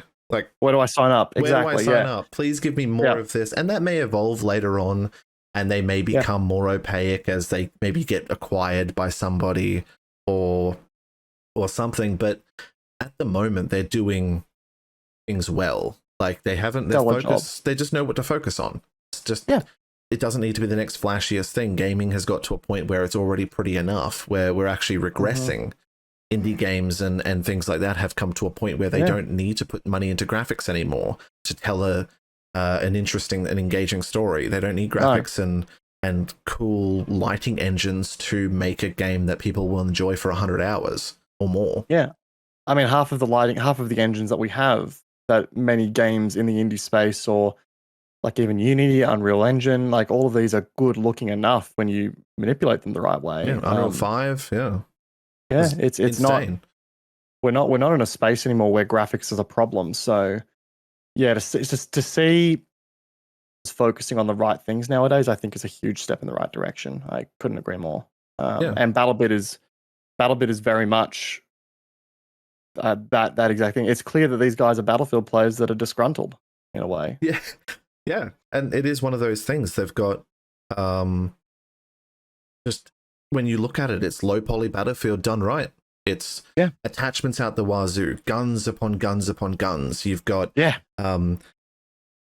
different things that you can use, classes that feel unique, vehicles that actually work properly. They don't need to climb fucking buildings in a hovercraft, as fun as that was, Battlefield.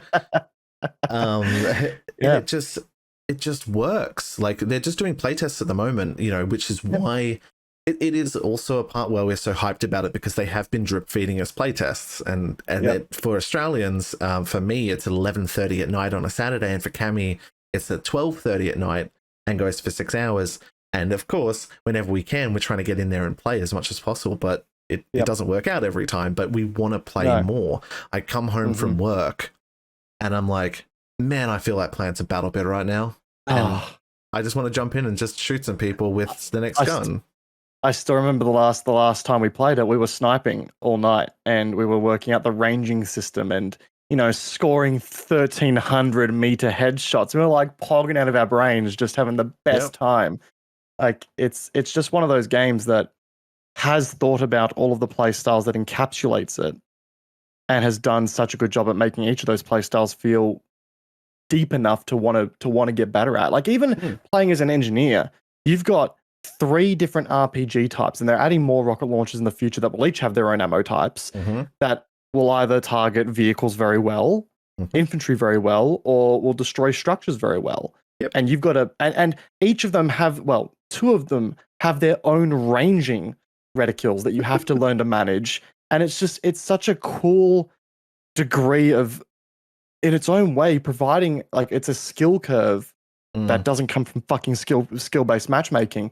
Yep. That is rewarding to the player. So yeah, I love it when stuff like that happens. Yeah, it's just got the focus there that it needs to succeed. And I don't see it failing anytime soon. If it gets picked up by a big company and maybe there's some changes there, but I mean, we've seen other independent games get picked up and it's just there to provide funding because they see a good product. They're like, you guys do your thing, just give us 20% or whatever the ratio is, and away they go. It's all that they need. Yep.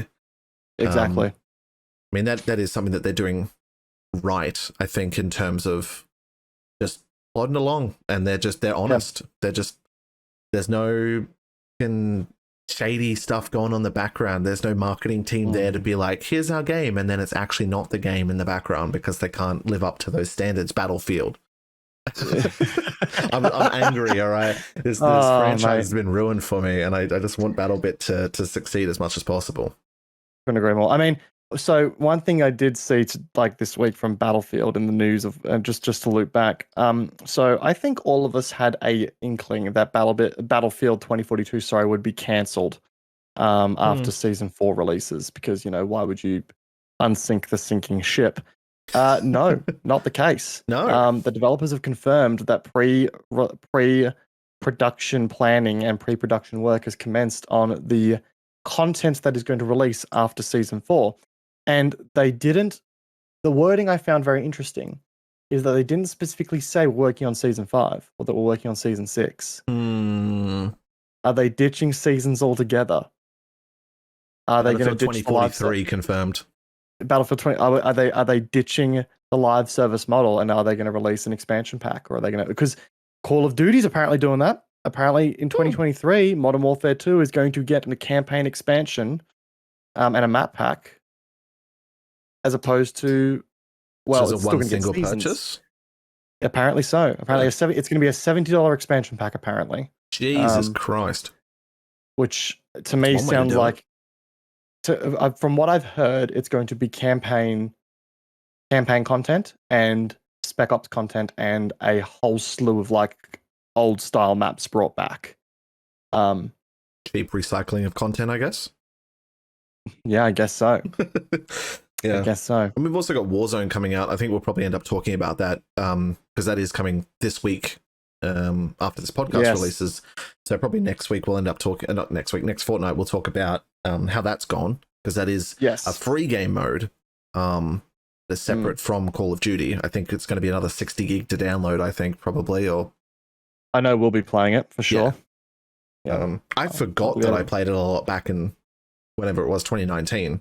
So I guess COVID. So no, I'm actually in the process of like starting to do weapon tests for what'll be like the best weapons for Warzone and stuff like that. Yeah, set up your loadouts and things, or trying to find the mad rush for what weapons you wanted to create. Because that has been, I think we mentioned it last time, is that COD has been really good at the moment because there hasn't been a meta. Then there's these dickheads called like Cami making videos on the best weapons, and that's what everyone's using now. If you want to know about that, go check out his channel. But he's still an asshole. Oh yeah. We knew this though. We knew this. We knew this was happening. Nothing has changed. Killed by AK-74 used more times than after the first 2 weeks. Like, they're just everywhere now. They are absolutely everywhere, and everyone's still discovering what the metas look like. And it'll be because the Warzone meta will be different from the multiplayer meta, and that's the question I'm trying to answer at the moment. Like, because the range changes, ADS speed matters less, damage range matters more. So might need to play some ground war maybe, and see if you can get your ranging out a little bit more that way.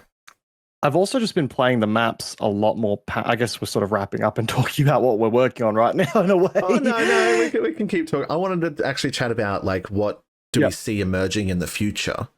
Like, obviously BattleBit, like, we've talked about how bad SPS is and how it's changed live service models and stuff. But I guess looking to the future, we've got BattleBit.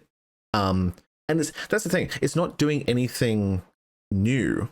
it's just making a good, coherent experience with less graphics. I guess really that's really the only thing it's doing. I guess less new. Because I know some people have been, going back and saying, oh, even Battlefield 1 looks better than Battlefield 2042. Like if you look at it changed, like because they focused on size over fidelity. Yep. Which didn't do the game any favors at all. It just focused on that theme. It's like not a theme that everyone really enjoyed because it was World War One, and weapons, and we're kind of sick of old war games to a degree. But yeah, it had the theme. It was stylized to that point, and we were like, oh well, that's good. Where Battlefield 2042 is just kind of like an amalgamation of modern hit. Yeah, and both from the setting perspective, which its setting I think is still a lot left to be desired.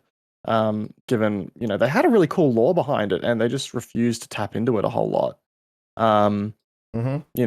Welcome generic Tornado 5000. Why is the medic an old lady? I don't know. Battle Grandma. Grandma and Squirrel Girl. That's it. That's all I know. Like, why are they there? I don't know. Like, why? I guess just I don't know. Diversity. I don't fucking know anymore. Yeah. But in terms of what's emerging, like I haven't really. I'm trying to think of things that have been doing that are new. I guess, and what's going to be the next step for FPS. I guess VR. We've seen a few FPS VR titles pop up. Maybe. I'm kind of curious because obviously the battle royale is now set in the industry as industry standard. Yep. The battle pass is now the set standard. So we've sort of crossed that new bridge to normality for a lot of the genre here. Obviously gamers around the world want to see more in the way of server browsers. They want to see more, well, depending on who you ask, they want to see less skill-based matchmaking. But honestly, I don't think that'll ever happen. I think it's the vocal minority when it comes to skill-based matchmaking. Yeah. So I do think skill-based matchmaking is going to be the norm that we just live in nowadays, unfortunately. Probably also the cheaper option in terms of not providing full servers. Like as BattleBit alluded to, servers are fucking expensive. Yeah, exactly. Especially at the quality that they need. Yeah, Cloudflare and anti-DDoS protection and all the stuff that comes from that. Yeah. I want to remain optimistic about the future of FPSs, but it's very difficult to do so right now. And I think we're going to see more and more skill compression over the years going forward. It's clear that the casual gamer is the cash cow in this world. And that's not. I'm not saying that's a bad thing, but developers, even with Modern Warfare 2, like the lack of slide canceling, the lack of bunny hopping, the lack of just stuff like that you can abuse from a skill-based perspective, no matter how you look, like whether you think that was cheesy and shouldn't be in the game or not. It was a movement meta that allowed skilled players to gain an advantage.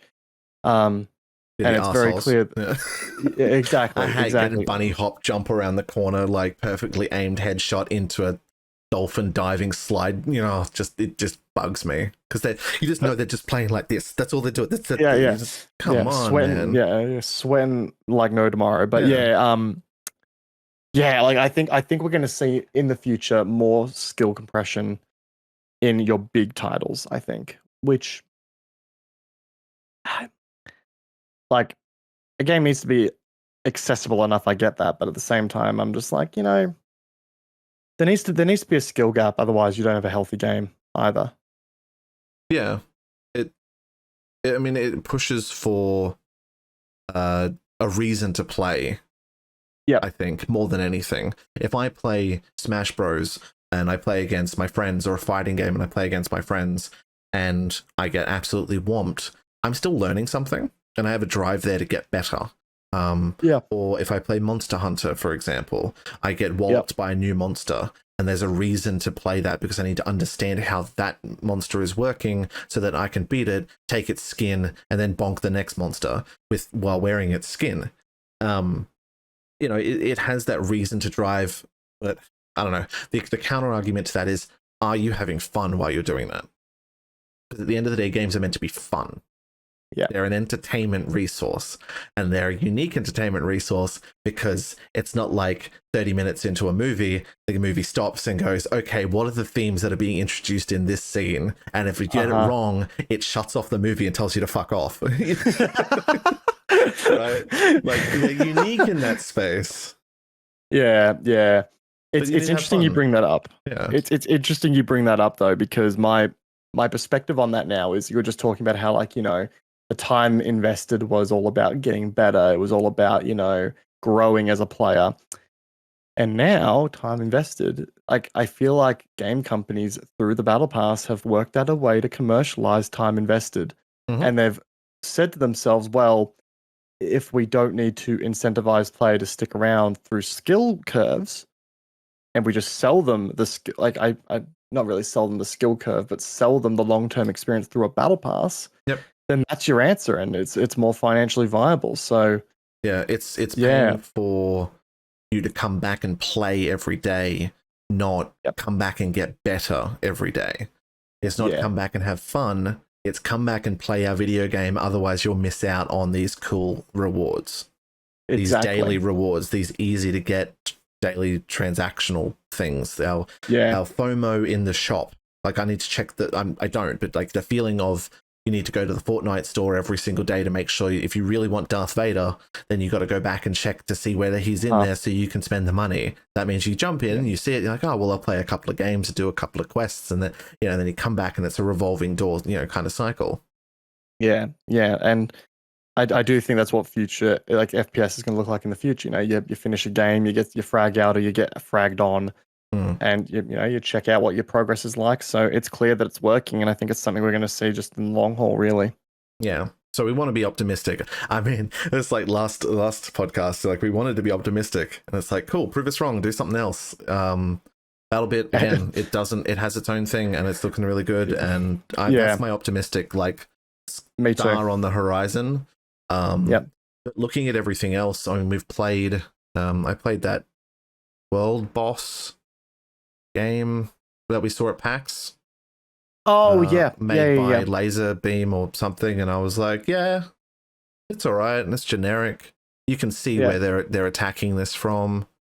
Like, you can see what the eventual area is going to be in terms of what they're going to be doing. To a degree, that's about it.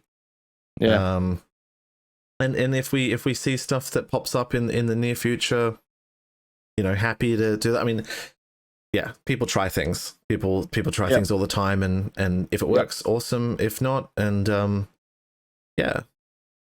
back next year. Come back next year, or wait for Modern Warfare 3.2 something. Basically, yeah. Not really sure. I'm hoping. As you say, BattleBit is definitely the star that we're all sort of waiting for right now. I really hope they can get that financial funding that they need, because it's clearly the thing that's holding them back. They have a vision. It's clear. It's successful. They just need to get it out the door, but they need to do it at the time when it works for them. So I'm hopeful. Yes. I really, really am. I think they'll be standing there, making sure that does happen, and not just taking the money, because they're obviously making enough money, to support themselves. It may just take longer for the game to come out, and I think if they keep drip feeding the playtests, people will still be excited to play. Yeah, exactly. Or they have an early access, or they have something available. But yeah, I am trying to still rack my brain about other companies and other things, that even just systems, the kind of drop in, drop out stuff, like as you mentioned with Tarkov, where we had the cycle that popped up, that kind of instance based, constant grind that you could potentially go for to level up your character and stuff. That's kind of new and emerging. We could see that jump up in popularity in the future. Yeah, for sure. For sure. But it is that balance, as you said, between the difficulty and the reward that you get from a hardcore game versus a more casual jump in after the workday type shooter. Like, I don't want to ever come home and play Tarkov. I just don't. No. No. No, because you have to full volume focus on the screen as much as possible. You can play that casually. Hey, you might be able to, but I know I can't. Oh, no, me neither. No, that's why I haven't picked up Tarkov, because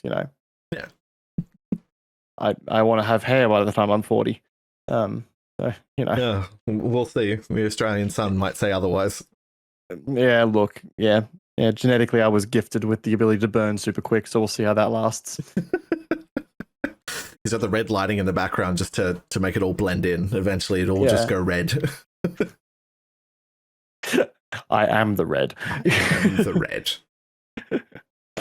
We'll wrap up with that. Being positive as always. We are just a positive bunch, aren't we? With our redundant opinions on the internet. Yeah. Cami, what are you working on? Are you on that content grind yet again? Yeah, always. So right now, literally as we're speaking, I'm working on a video for Modern Warfare 2 talking about what my predictions are of the most meta weapons for Warzone will be. I know you're gonna hate me for it, but it is what it is. Yep. Yeah, I'm the one you hate. Yep. PlanetSide content's on its way. Yeah, I have an event with PlanetSide next week. There you go. Game turns 10 years old, and we're going to be doing an Ultimate Empire showdown with 96 players a team on a private server. Very cool. By the developers, it'll be three streamers battling it out with their teams. So hoping to show some other streamers who's boss, and we'll see how we go. Yep, exactly. It'll be good. I've got a lot of interest from some people in the community who I know are fucking fragged out of their minds. So that could be fun to play with. Yeah, but no, that's sort of me at the moment. Kochie, what about you? What's in the pipeline for you at the moment?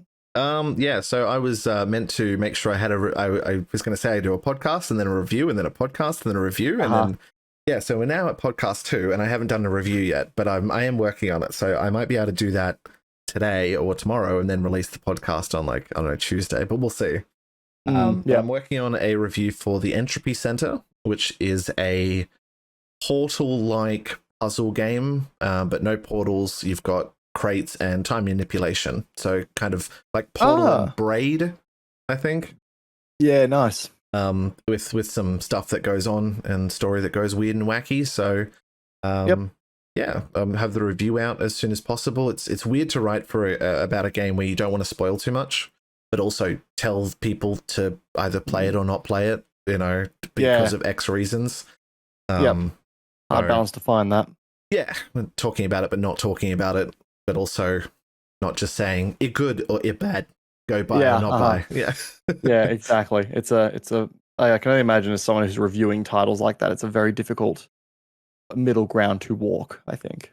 Yeah. No, I can understand that 100%. They'll be coming soon, and I'll get this this all sorted. The hope is I've had a few people thanks to the comments and stuff from the last episode. I'm glad everybody really likes it. So far no one's said we're shit yet. I mean, people say it was shit, but I'm used to that. Just not to our face. Yeah. Not specifically about the podcast. So I do appreciate it. And for the people that are asking, I will be looking into audio versions of the podcast as well. So I'm going to reach out to a few people that do podcasts and see where they host it and stuff. Because we've had people going, oh yeah, I'll listen to it in the car, but I don't want to put obviously YouTube on my car. So yeah, exactly. On a screen or something. Yeah, no, it'd be great. It'd be great to we'll look into it and see what we can sort out for you folks. Yeah, get some audio versions of our ugly mugs and things like that. So then people don't need to see our ugly mugs, so we're 100% happy with that. I've been told I've got a face for radio, so we'll put that to the test. We'll see how many views that gets versus the YouTube views. that'll be the real test of time, I think. Anyway. Awesome. No, thank you very much, everyone, for watching or listening. If you are listening on various platform.exe, we'll be back again in 2 weeks. You can find Cami at Kamikaze78 on pretty much all platforms except for Instagram, which is Cami Camera 78, which he totally uses. Where I'm inactive as shit on. Yep. Nah, it's YouTube. YouTube first, mate. That's the platform. Yeah, YouTube. Yeah, YouTube, the platform. And you can find me at Kochiefy, Kochiefy, on all platforms as well. I started that TikTok thing. I used it twice and then just don't like it. But I'll see how that goes. It's just the algorithm, man. The algorithm is just so terrible. Yeah, I've noticed that. It really, you really have to. TikTok's weird. It giveth and it taketh away. TikTok is weird. Let us know down in the comments what you're looking for to see us to talk about, or anything you're looking to see, all that fun stuff next fortnight. And I'll have some more reviews by then, hopefully. We'll see. Yeah. Yay, right. Content, grind, stuff like that. Anyway. The more content brains. All right, take it easy, guys. I hope you have a wonderful morning, noon, or night, wherever you are, and we'll catch you guys next time. Peace. Bye, guys.